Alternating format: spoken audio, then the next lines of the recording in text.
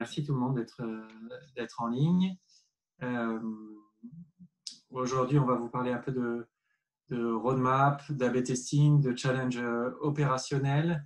À nouveau, pour ceux qui n'étaient pas encore en ligne, c'est le troisième d'une série de petits webinaires d'une demi-heure qu'on fait avec Datama, Alex et moi, et que vous pouvez retrouver sur notre site web ainsi que les slides sur demande.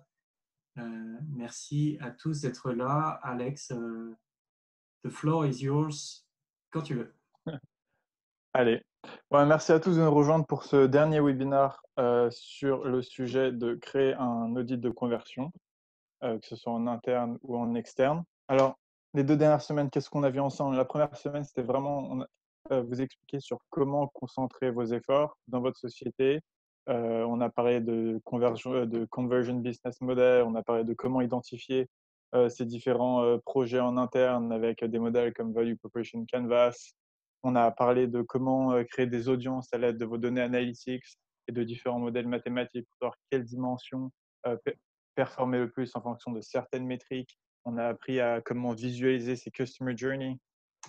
Le deuxième, c'était vraiment sur voilà, quelles sont les informations internes et externes que l'on peut regrouper afin de voir voilà, quelles étaient nos opportunités, que ce soit d'un point de vue de notre compétiteur, que ce soit d'un point de vue interne, comment aller plus loin aussi dans notre analyse de funnel, comment set des bons objectifs quand on parle d'optimisation.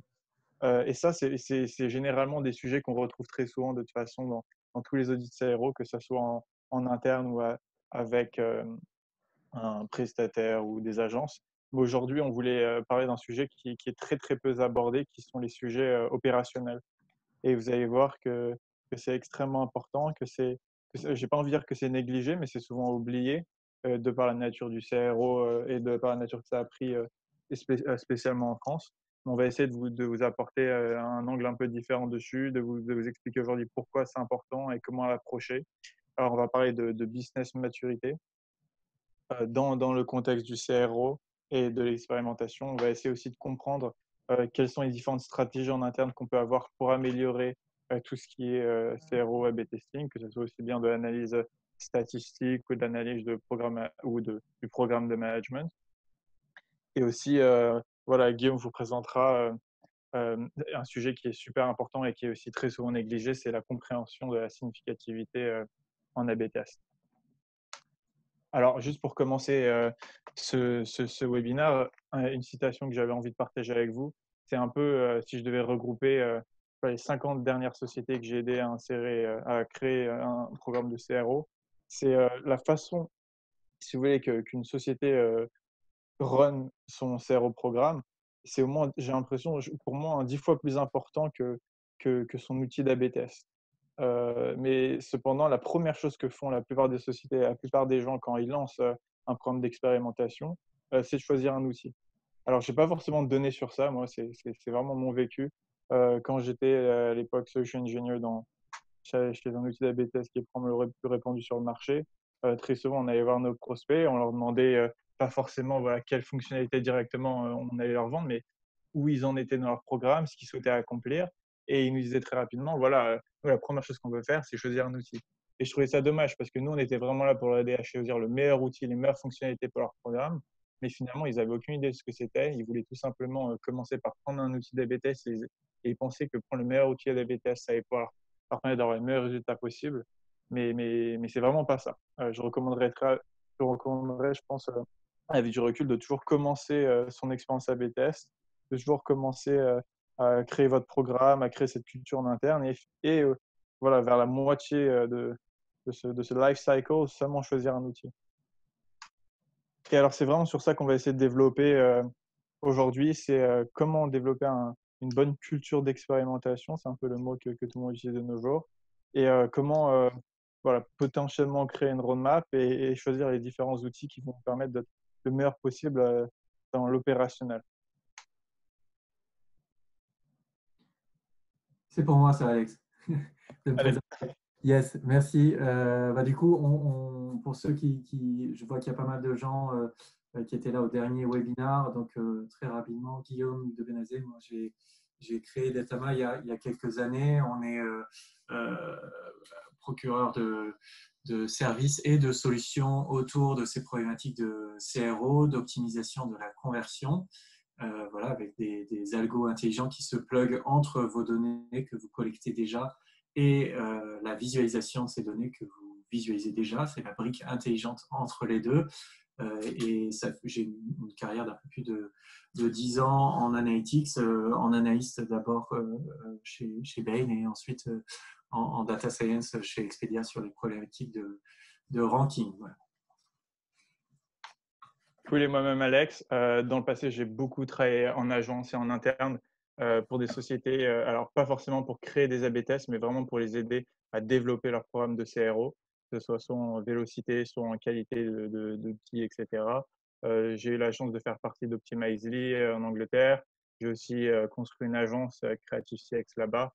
Alors, c'était plus une agence qui était portée sur les sujets de transformation digitale, d'expérimentation, donc beaucoup plus aider à choisir les outils, changer les cultures, former les gens.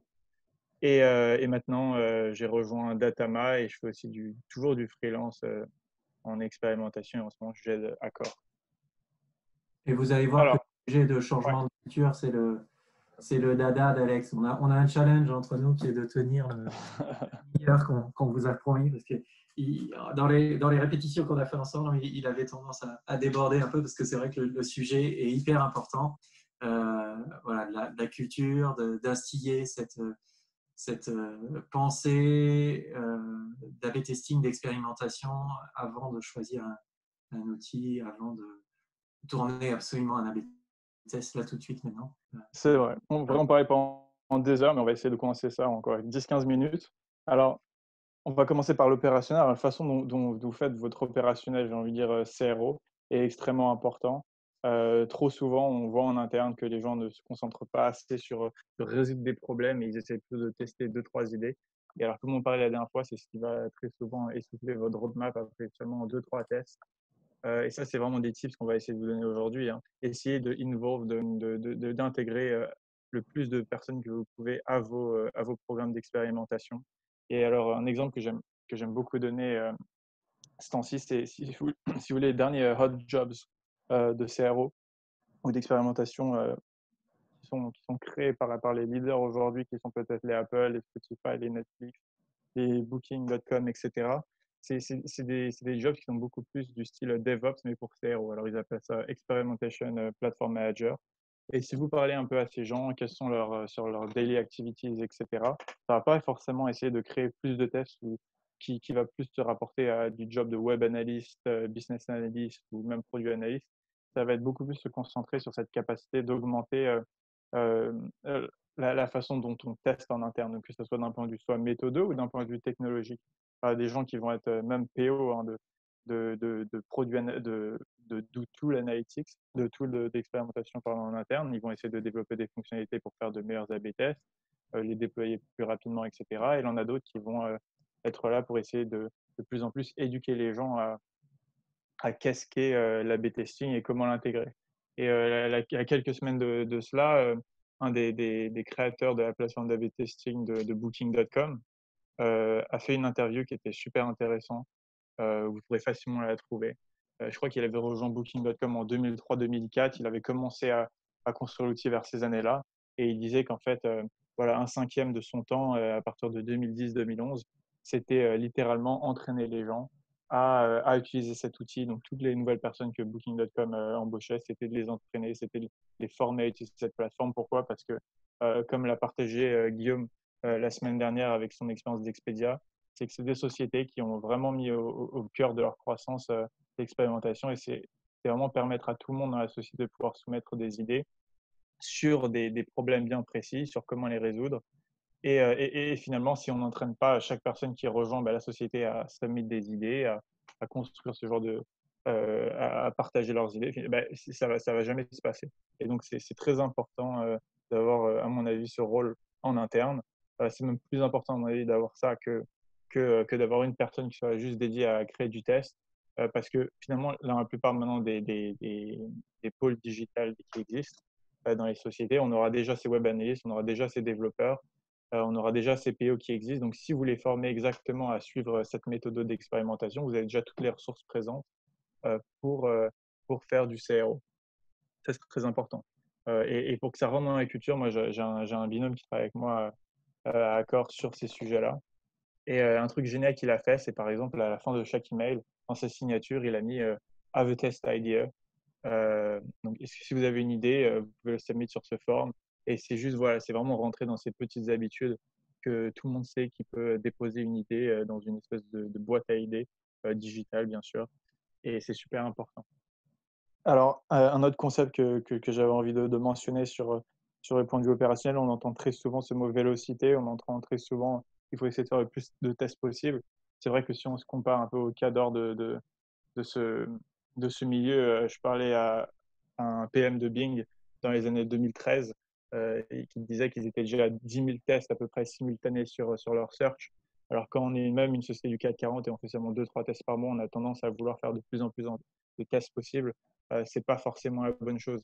Essayez de réfléchir à ce qui est tempo, c'est-à-dire si vous prenez par exemple un business unit et vous commencez à vous dire voilà, je vais faire 2 tests par mois avec eux, essayez de garder ces 2 tests. Ne regardez pas forcément la chose dans sa globalité, ne faites pas 2 tests avec ce business unit, le mois d'après 2 tests avec un autre, parce que finalement vous allez peut-être faire de plus en plus de tests, mais vous n'allez pas constamment pouvoir améliorer ce business unit. Et l'idée du CRO, c'est quand même voilà, une augmentation incrémentale de ces taux de conversion ou juste tout ce qui est customer performance. Alors, 5 questions que j'aime bien poser que je fasse un audit en interne, en externe ou même en tant que practitioner dans une société, c'est constamment poser ces 5 questions pour un peu savoir la maturité dans laquelle je me trouve. Et très rapidement, la première question que je me dis, c'est voilà, qui dans l'organisation est investi dans cette idée d'expérimentation de CRO? Est-ce que c'est seulement une personne? Est-ce que c'est un unit qui pourrait être marketing? Ou est-ce que c'est seulement un squad dans le produit? Et en fonction de ça, vous allez pouvoir rapidement vous demander, enfin, réaliser à quel niveau de maturité le business est. Si c'est qu'une personne, voilà, on ne va pas parler de culture encore. Je parlerai de culture seulement si peut-être 2-3 business units ont au moins ce concept d'A/B testing, que ce soit marketing, produit, etc. Euh, une question que vous pouvez vous poser, c'est à quel point chaque expériment est connecté to the next. Alors ça, c'est une question assez intéressante pour se demander si vous testez seulement des idées ou si vous testez en fait beaucoup plus, si vous testez des concepts, si vous testez des thèmes. Pourquoi? Parce que si vous testez des thèmes, donc si vous essayez par exemple d'améliorer la vitesse de chargement d'une page, logiquement, chaque test devrait suivre l'un l'autre. Alors peut-être, vous vous dites au début, je vais essayer de tester voilà, la taille de mes assets. Ensuite, je vais peut-être essayer de tester la façon dont je les load, etc. Mais il y a forcément une suite logique. Si c'est seulement des idées par-ci, par-là, vous allez voir, il y a moins de connexion et ça peut vous aider dans votre maturité à vous dire que voilà, chaque test devrait avoir un next ou au moins jusqu'à temps que vous ayez résolu un certain problème. Quelle est mon approche au user research? On a parlé beaucoup de user research, des différentes méthodes sur ces deux derniers webinaires, surtout dans le numéro 2. À quel point vous utilisez ces méthodes pour trouver des hypothèses? Ça rejoint un peu la question précédente. Est-ce que c'est seulement des idées qui sont un peu partagées à droite, à gauche ou des idées qui viennent d'en haut? Ou est-ce que constamment vous avez de la recherche qui est faite à travers vos différents compétiteurs, à travers ce qui se passe sur votre marché pour construire vos choses, ou même des analyses internes qui sont constamment faites par vos web analystes pour enrichir ces pipelines d'idées de test. Une question qui est super importante, c'est comment vous managez en interne votre programme. Euh, Est-ce que vous faites seulement, je ne sais pas, vous partagez les résultats par des emails? Est-ce que tout votre programme est managé sur un Excel? Alors, certaines personnes peuvent en rire, mais j'ai déjà vu ça dans des sociétés qui sont dans les 10 gros plus logos au monde, avoir certains business units qui managent leur programme depuis un Excel. Alors, et rien contre ça, mais c'est pas forcément le plus adéquat, c'est pas forcément le plus user-friendly. C'est parfois difficile à partager, les gens ne veulent pas s'y perdre. On va en parler un peu plus tout à l'heure de comment vous allez pouvoir mieux manager votre programme avec des outils comme Jira, Confluence, etc. Et aussi, voilà, quelles sont les différentes fonctionnalités de vos outils. Euh, Est-ce que vous utilisez seulement une solution client-side? Est-ce que vous regardez sur du server-side? Est-ce que finalement le client-side, c'est relevant pour vous, surtout quand vous allez choisir votre outil? On en parlera un peu plus tout à l'heure aussi. c'est que je me souviens rencontrer un ex-VP d'Expedia qui était ensuite parti chez Money Supermarket. À l'époque, je sortais d'Optimizely. On avait vendu cette solution, donc Money Supermarket. Et ce qui était intéressant dans la conversation avec lui, c'est que c'était pour la première fois qu'il entendait parler de client-side solution. C'est-à-dire que lui, dans le passé, il avait seulement été server-side. Je pense aussi à un dirigeant d'Amazon qui a récemment rejoint une des sociétés pour laquelle je fais du consulting. Lui non plus n'avait jamais entendu parler de client-side. Donc, ne pensez pas que ces solutions que vous proposent les outils d'A/B test sont les meilleurs pour vous. Essayez de réfléchir. Est-ce que vous voulez améliorer vos produits? Est-ce que vous essayez d'améliorer le taux de conversion de votre marketing? C'est super important. Et donc, tout ça, ça mène à vraiment essayer de construire un modèle de maturity pour votre business. Euh, Pourquoi c'est important? Parce que si vous voulez augmenter le nombre de tests que vous faites, si vous voulez augmenter la qualité de culture d'expérimentation que vous avez dans une entreprise et grandir de cette façon, c'est important d'avoir une direction. Et c'est quelque chose que j'essaie, moi, personnellement, d'inclure dans mes audits ou quand je rejoins une société, de pas seulement essayer de faire grandir ces KPIs, mais pour faire grandir ces KPIs, il va falloir grandir le taux de maturité. Ça, c'est souvent des concepts qu'on parle dans les sujets de transformation digitale. Hein. Là, votre capacité à faire quelque chose, mais votre capacité aussi à les exécuter. Et c'est une matrice qui est très, très souvent intéressante à regarder. Par exemple, si demain vous achetez un marteau, vous avez la capacité de faire rentrer des clous dans le mur, mais est-ce que vous allez le faire? C'est pas sûr. Ce que je veux dire par là, c'est que c'est pas parce que vous achetez le meilleur outil d'A/B test au monde que vous allez pouvoir l'utiliser à 100%. Généralement, les chiffres que j'avais entendus de ce genre d'outils, en termes d'utilisation de features, ça a toujours été entre 17 et 23%. Donc, c'est pour ça que quand je rentrais dans des projets de transformation digitale, sur le sujet d'expérimentation, très souvent, un des premiers exercices que j'essayais de faire, c'est de comprendre à quel point un outil était utilisé, à quel point cet outil pouvait rentrer dans la vision de cette société et comment on pouvait petit à petit passer de 17 à 25, de 25 à 30, de 30 à 70, etc.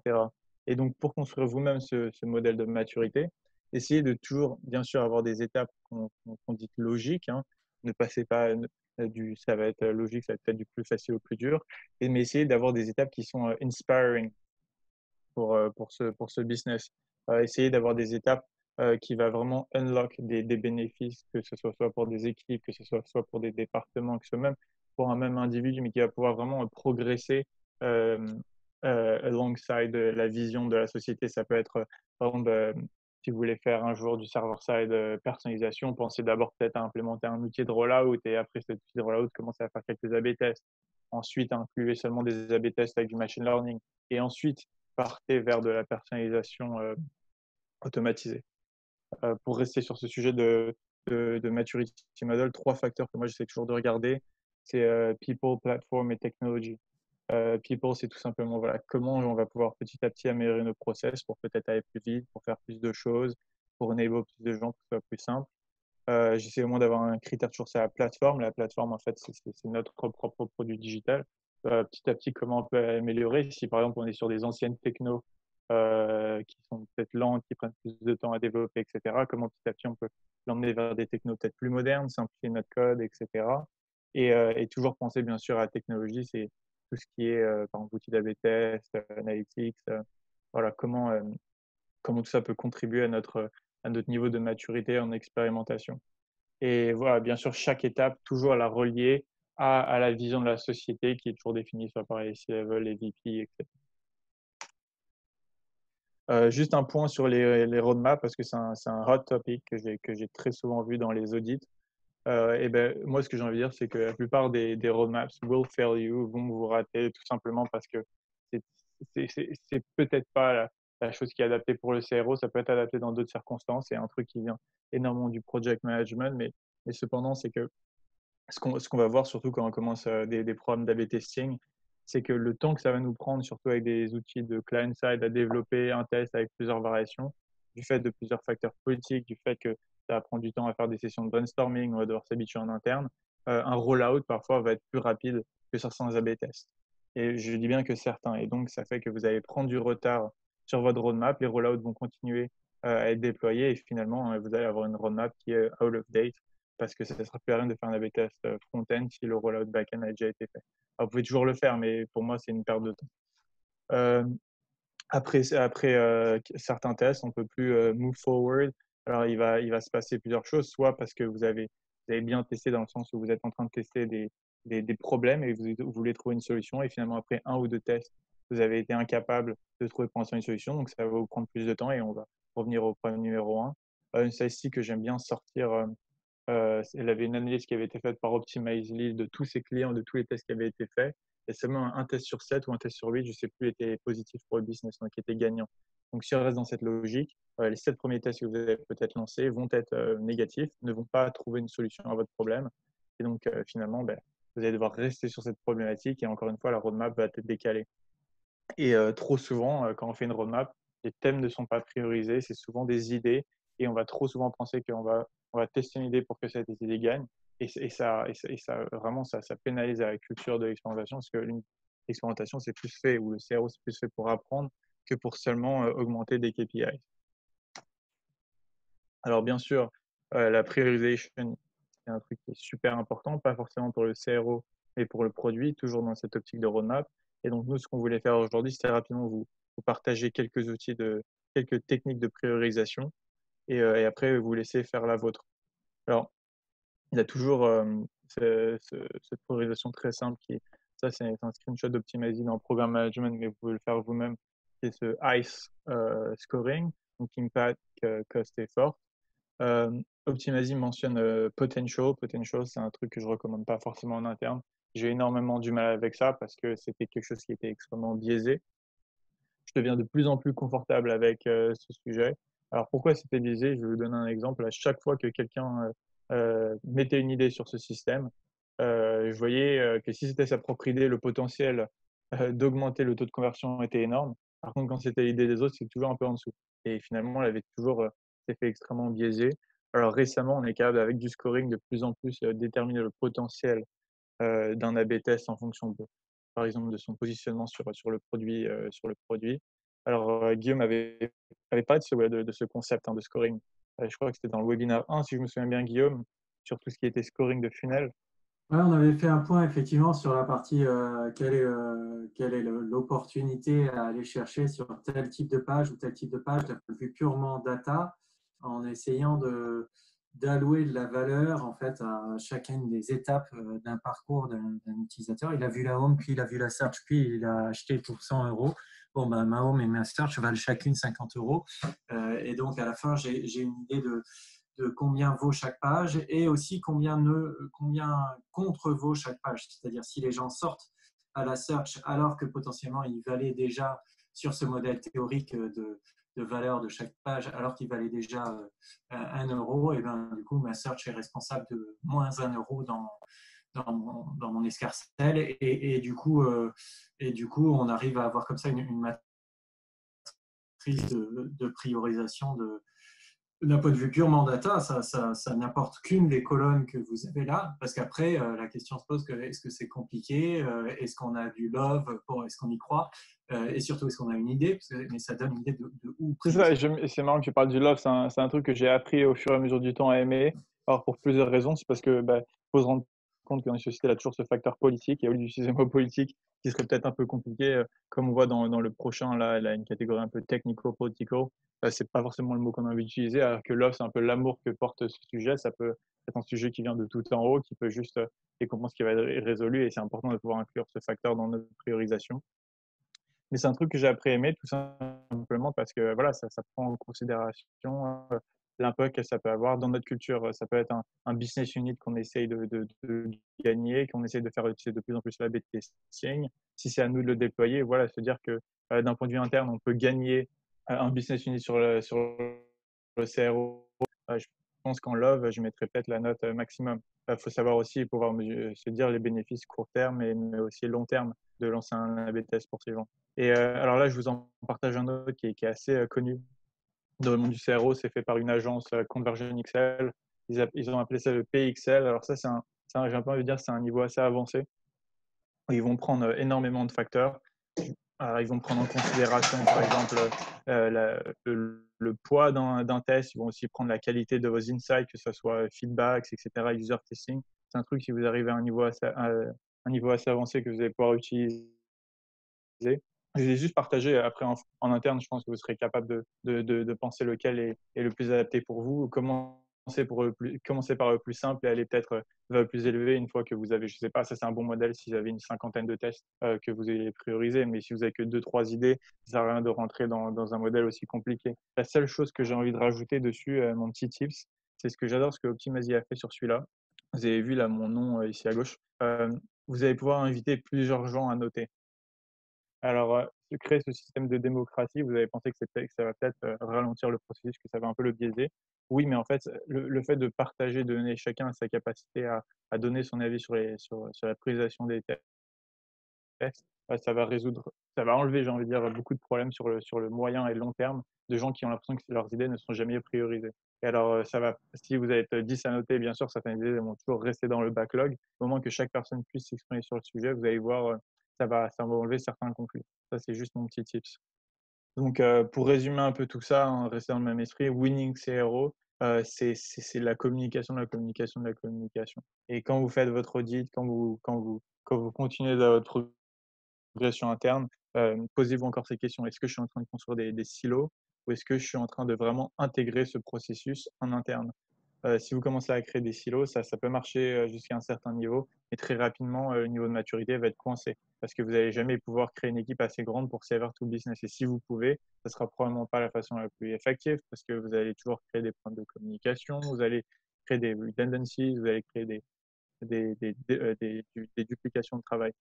Et donc pour ça, vous posez-vous la question, comment je manage mes idées, les hypothèses? Là, on vous a parlé de priorisation. Il y a plein d'outils de priorisation qui existent, qui incluent aussi les idées, le management. Essayez d'intégrer les logiciels, par exemple, qui sont le plus utilisés de management dans votre société, que ce soit Trello, que ce soit Jira. Si vous n'en avez pas, regardez des choses comme Effective Experiment, et même si c'est par Skyscanner, c'est un SaaS qui a déjà quelques années et qui est assez mature, qui est dedicated à la création et au management d'idées CRO. Mais la plupart des outils le feront. J'ai déjà vu des outils aussi comme Notion qui ont été transformés pour manager tout ça et ça marche extrêmemement bien. Posez-vous la question aussi sur comment vous partagez vos learnings.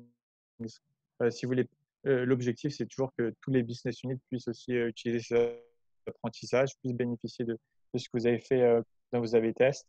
Si c'est quelque chose qui est impossible à digest, si c'est un slide, si c'est un deck de 12 slides, personne ne va le lire et finalement, vous n'allez pas pouvoir grandir cette culture. Euh, et c'est voilà, quand on essaie d'augmenter la visibilité de l'A/B testing dans une très grosse société, c'était pas mal. Toutes les semaines, ils envoyaient un weekly update, hein, un peu un weekly email. Mais malheureusement, ils envoyaient un deck de 12 slides par test avec les différents browsers, comment les résultats sur différents browsers, tous les différents screens de performance, etc.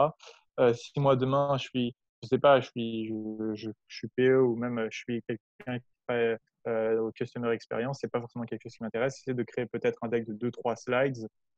Je me souviens à l'époque, il y avait un site qui s'appelait Which Test One. C'était la contrôle de la variation et vous deviez découvrir vous devez deviner laquelle était la meilleure. Essayer de gamifier ça. La gamification, c'est quelque chose qui rentre énormément maintenant dans le management moderne afin de partager le mot. Et ça, c'est des petits tips comme ça qui vont permettre de grandir cette culture d'expérimentation. Et finalement, un truc qu'on va quand même parler, même si on pense à la culture d'expérimentation, c'est beaucoup plus basé sur le management, mais choisir un outil, c'est extrêmement important. On connaît tous le dicton, un bon ouvrier a de bons outils. Moi, je vais vous conseiller, je vais conseiller 3 facteurs que j'ai toujours inclus dans mes RFP, ou dans les RFP que j'ai dû faire quand j'étais chez Optimize, c'est la sécurité.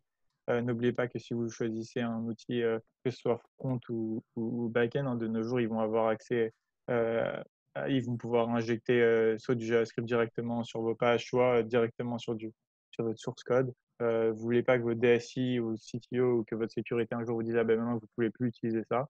Donc, vérifiez énormément que c'est un outil avec très bonne sécurité.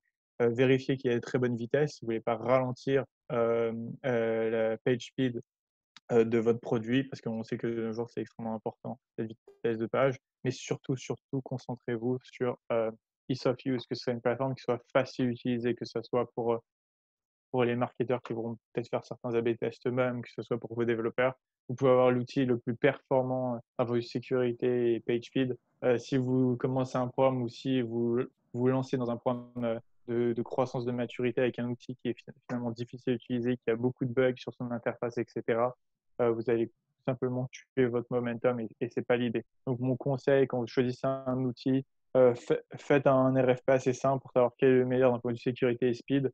D'un point de vue facilité d'utilisation, ça sert à rien de faire un RFP, ils vont tous vous dire que c'est le plus facile d'utilisation. La plupart de toutes les interfaces sont les mêmes. Donc vraiment, après, faites un POC. Certains logiciels SaaS vont détester de dire ça, mais faites pas seulement un POC pour des performances techniques, vraiment faites un POC avec des métriques d'adoption. Alors, certains aussi vous diront non, non, mais on peut pas regarder les KPIs d'adoption, c'est pas vrai. Nous, à Datama, c'est un des premiers trucs qu'on avait mis sur notre plateforme de traquage, c'est voilà, combien de personnes créent de comptes, combien de personnes se login, sign up, etc. C'est très important, de toute façon, quand on est en phase de traquer ce genre de KPIs. Donc, n'hésitez pas à leur dire, voilà, partagez-nous ces chiffres, on a envie de voir quand on est dans une grande organisation, combien de personnes se sont inscrites, combien de personnes l'utilisent, et vérifier tout ça. Et finalement, le dernier tip dessus, c'est choisissez un outil qui peut aller 10x avec vous. Et ce que je veux dire par là, c'est que si vous êtes dans une mentalité de transformation digitale, de faire grandir cette maturité dans le business et qu'un jour, que maintenant vous commencez, vous êtes peut-être 5 dans votre équipe de CRO, mais que demain, la moitié de la société puisse se login à votre plateforme, voilà, prenez un outil qui peut scale avec vos ambitions. Là, rien de plus désagréable que de devoir changer un outil d'analytics ou d'expérimentation tous les 6 mois, tous les ans, tous les 2 ans. Parce qu'une fois qu'on a créé ce momentum avec un outil, devoir réentraîner les gens, devoir changer le logo, etc., c'est pas un truc qu'on a envie de face. Donc, choisissez vraiment un outil qui va scale avec votre ambition et vous verrez, vous allez vous enlever plein d'épines dans le pied. Donc, maintenant qu'on a parlé un peu de tout ce qui est opérationnel pendant des heures, on voulait vraiment vous faire un peu un ABC en la main. Ouais, merci Alex. On va aller assez vite sur cette partie-là. L'idée, c'était de parler quand même un tout petit peu des règles et des pitfalls quand on commence à faire de l'A/B testing, en particulier d'un point de vue rigueur scientifique à respecter, parce qu'on peut très vite faire des bêtises. C'est à la mode, mettre à faire de l'A/B test sans réfléchir à 2 fois à ce qu'ils sont en train de faire et du coup prendre des décisions qui sont assez mauvaises. Et là-dedans, ce que j'aime bien faire, moi, quand je travaille avec des clients, c'est d'écrire les A/B test policies, de dire quelles sont les règles qu'on met en place et sur lesquelles tout le monde sign off, y compris le produit, y compris les développeurs. On a réussi à mettre tout le monde, donc c'est un travail un peu facile.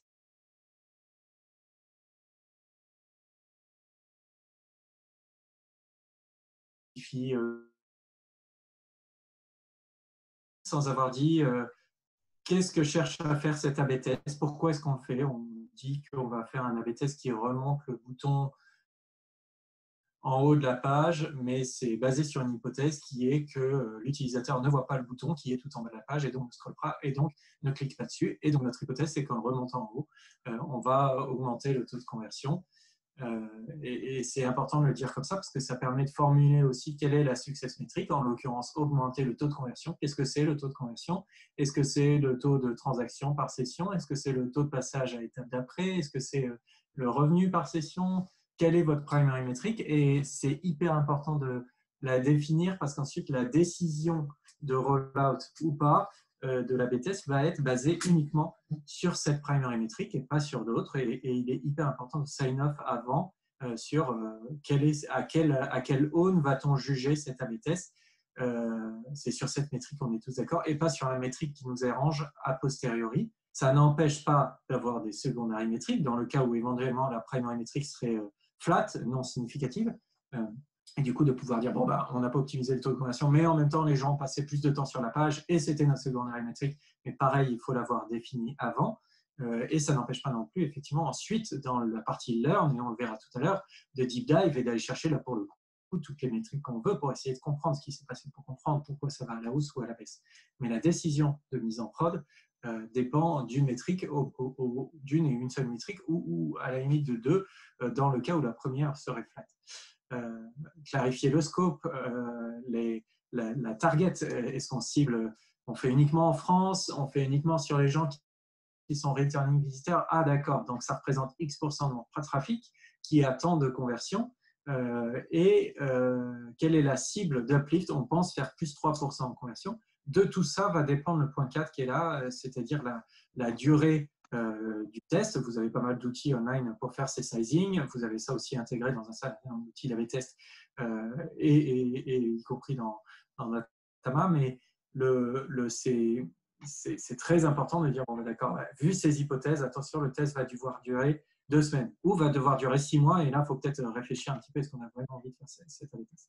Et ensuite, dans ces AB test policies qui vont être décrites une fois, qui disent qu'est-ce qu'on fait avant de lancer un AB test, définir quels sont les rôles et les responsabilités. C'est la responsabilité du produit de définir quel test on va tourner, de décider de la roadmap, de la priorité, etc. C'est pas forcément, et c'est même recommandé que ça ne le soit pas, de la responsabilité du produit de faire la lecture des résultats, parce qu'on est alors jugé parti et on a très souvent tendance, même inconsciemment, à décider que le test est positif alors qu'il ne l'est pas. Et par ailleurs, il y a un certain bagage statistique et mathématique à avoir pour faire des lectures de résultats proprement. Et donc, c'est souvent la responsabilité de l'équipe analytics ou data de faire ces lectures de résultats. Il faut qu'elles soient impliquées à toutes les étapes du process. Et puis ensuite, définir le decision framework. Dans quel cas on dit que c'est un gagnant, non gagnant, en fonction des primary métriques. Au bout de combien de temps on a le droit de killer un test s'il était complètement négatif, etc. Donc ça, c'est hyper important d'avoir ces AB test policies pour ensuite faire des AB tests dans les règles de l'art et sans franchir des barrières qui peuvent être très très dangereuses. Et donc dans les slides suivantes, on vous présente comment faire cette lecture de significativité, ce qui passe à la suivante, Alex. On va rentrer un peu dans le format du type de données qu'on peut mettre pour avoir des readouts qui soient complets et duquel on puisse apprendre. Donc, si tu passes à carrément, juste un mot dessus. Je pense qu'on ne pouvait pas finir ce webinaire sur un peu l'excellence opérationnelle sans parler de significance. C'est un truc que les sociétés ont énormément investi dedans. Encore une fois, là, je peux juste parler de mon expérience à Optimizely, mais à l'époque, ils avaient fait un énorme programme avec Stanford juste pour comprendre comment parler de significativité dans les tests, de l'analyse. Je pense qu'on a fait 3 webinaires sur comment lancer un test, comment trouver de l'information. Mais cette partie, c'est probablement une des plus importantes du fait que si vous n'êtes pas capable d'apporter finalement une réponse positive ou négative à propos du test que vous avez lancé, ben, finalement, tout ça, ça ne servait à rien. Donc ça, c'est probablement un des sujets les plus importants de l'A/B testing qui est extrêmement négligé et qui est intéressant d'inclure, que ce soit dans un audit, soit dans vos études internes, de savoir voilà, quelles sont vos capacités d'analyse post-AB test, où vous en êtes. Et c'est vraiment en relation avec tous ces sujets qui sont abordés sur est-ce que vous croyez en votre data, quelle est ma single point of truth et quelles sont maintenant mes conditions de rollout. Ouais. Et la limite, en fait, la raison pour laquelle souvent on voit des erreurs là-dessus, c'est que ça fait un petit peu peur parce que ça demande un peu de background mathématique. Pas non plus, il n'y a pas besoin d'avoir fait Harvard ou Polytechnique pour les comprendre, mais en même temps, downloader la première spreadsheet venue sur Internet et dire que ça, c'est ça qui va faire que je décide ou pas de mettre en production un AB test, ça peut être très très dangereux et c'est important d'avoir les compétences et parce qu'en fait on se rend compte qu'un petit site ne peut pas faire de l'AB test à tout bout de champ, en tout cas pas sur des métriques qui sont des taux de conversion par exemple, tant qu'on n'a pas un volume significatif.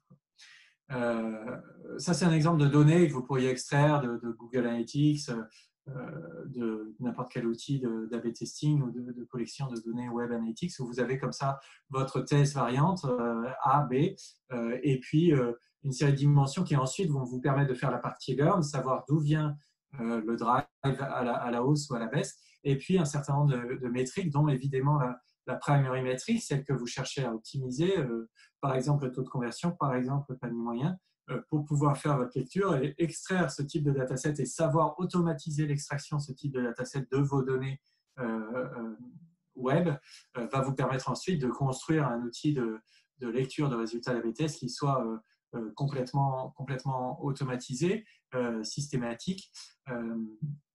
Nous, on a construit un outil comme ça, c'est la slide suivante chez Datama, qui s'appelle Datama Impact, qui vous permet comme ça, à partir de ce type de dataset, de lire la significativité de la variation, en pouvant jongler éventuellement entre les typologies de tests à appliquer. Vous savez peut-être qu'on discute entre les tests fréquentistes, les tests bayésiens, qui sont différentes méthodologies statistiques pour modéliser en fait la probabilité d'avoir A mieux que B.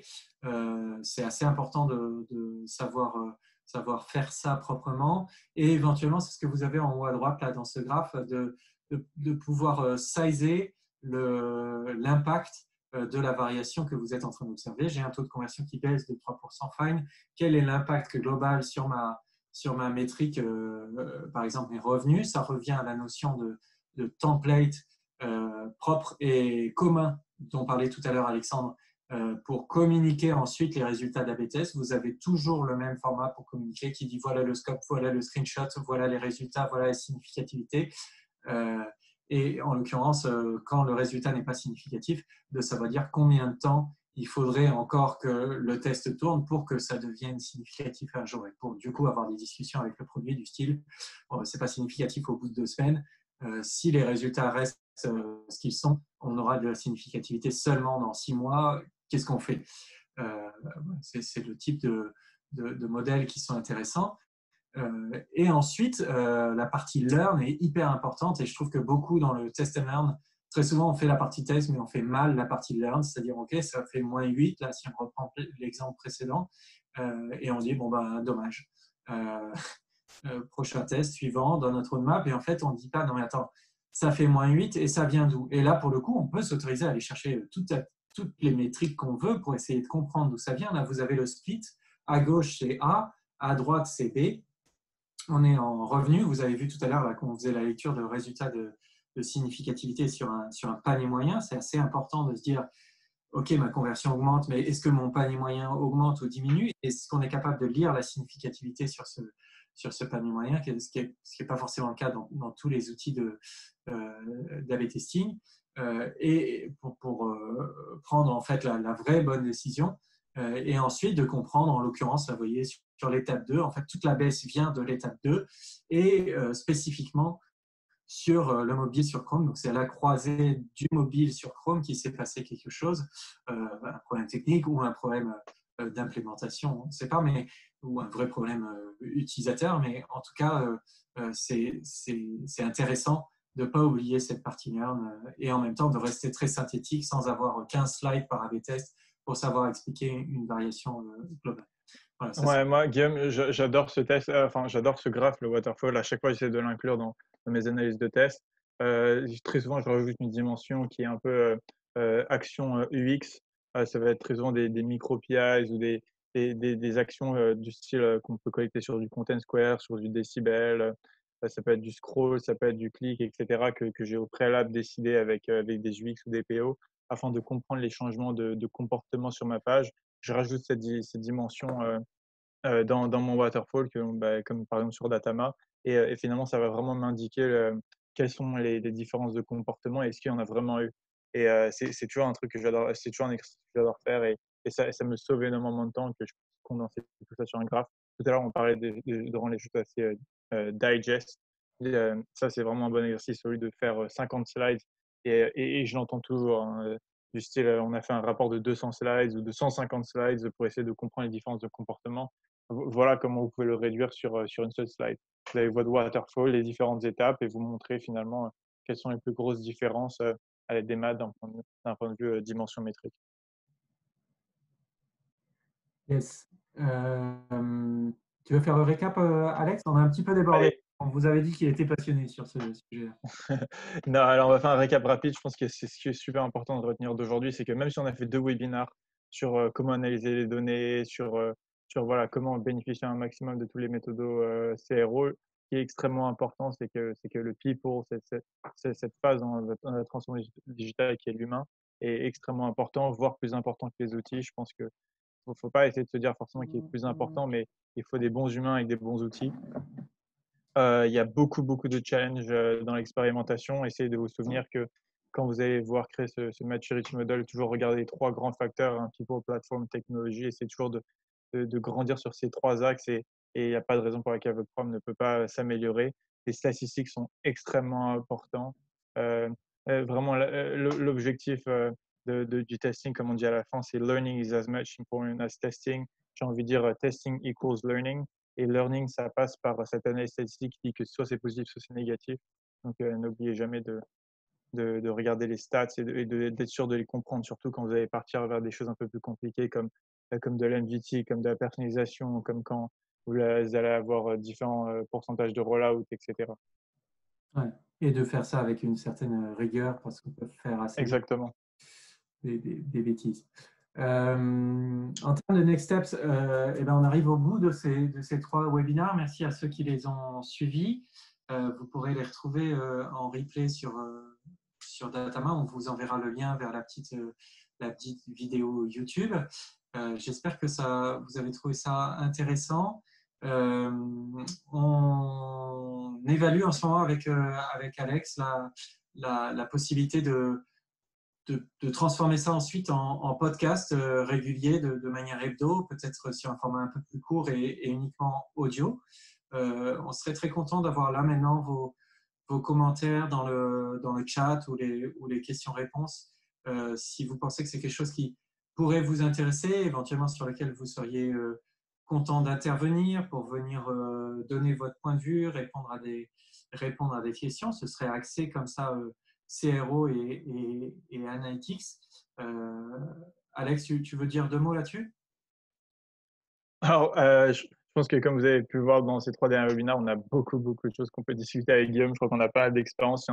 C'est un sujet qui nous tient énormément à cœur, donc c'est quelque chose qu'on aimerait bien lancer. On a pas mal d'acteurs sur lesquels qui seraient prêts à déjà intervenir, que ce soit des personnes d'un point de vue SaaS, que ce soit différentes organisations, surtout sur parler des différents challenges que vous allez pouvoir avoir dans votre organisation, que ce soit d'un point de vue maturité, que ce soit quel test lancer. Ce serait très porté, je pense, culture d'expérimentation et statistique. On avait rigolé, je crois, une fois avec Guillaume en disant, voilà, un expert CRO, un statisticien, on les secoue ensemble et ça fait un peu ce podcast. Donc voilà. Voilà, donc ça, c'est potentiellement, on vous tiendra au courant et surtout, n'hésitez pas à nous faire part de vos idées et de vos questions. Évidemment, on est ouvert chez Datama pour répondre à vos questions autour de ça, autour de l'A/B testing, autour des outils, autour de l'expérimentation. C'est le moment pour des questions, même si je sais qu'on a un petit peu débordé. Vous avez un chat dans l'outil, la Zoom, pour poser des questions. Bon, ben merci. Il y avait encore, on était encore un petit peu en ligne, donc merci à ceux qui nous ont écoutés jusqu'au bout. À nouveau, n'hésitez surtout pas, vous trouverez nos mails un peu partout sur le site web de Datama, contact@datama.fr, guillaume@datama.fr, alex@datama.fr, à nous faire part de vos commentaires, de vos questions, de vos idées pour la suite. On vous remercie beaucoup d'avoir participé à ça.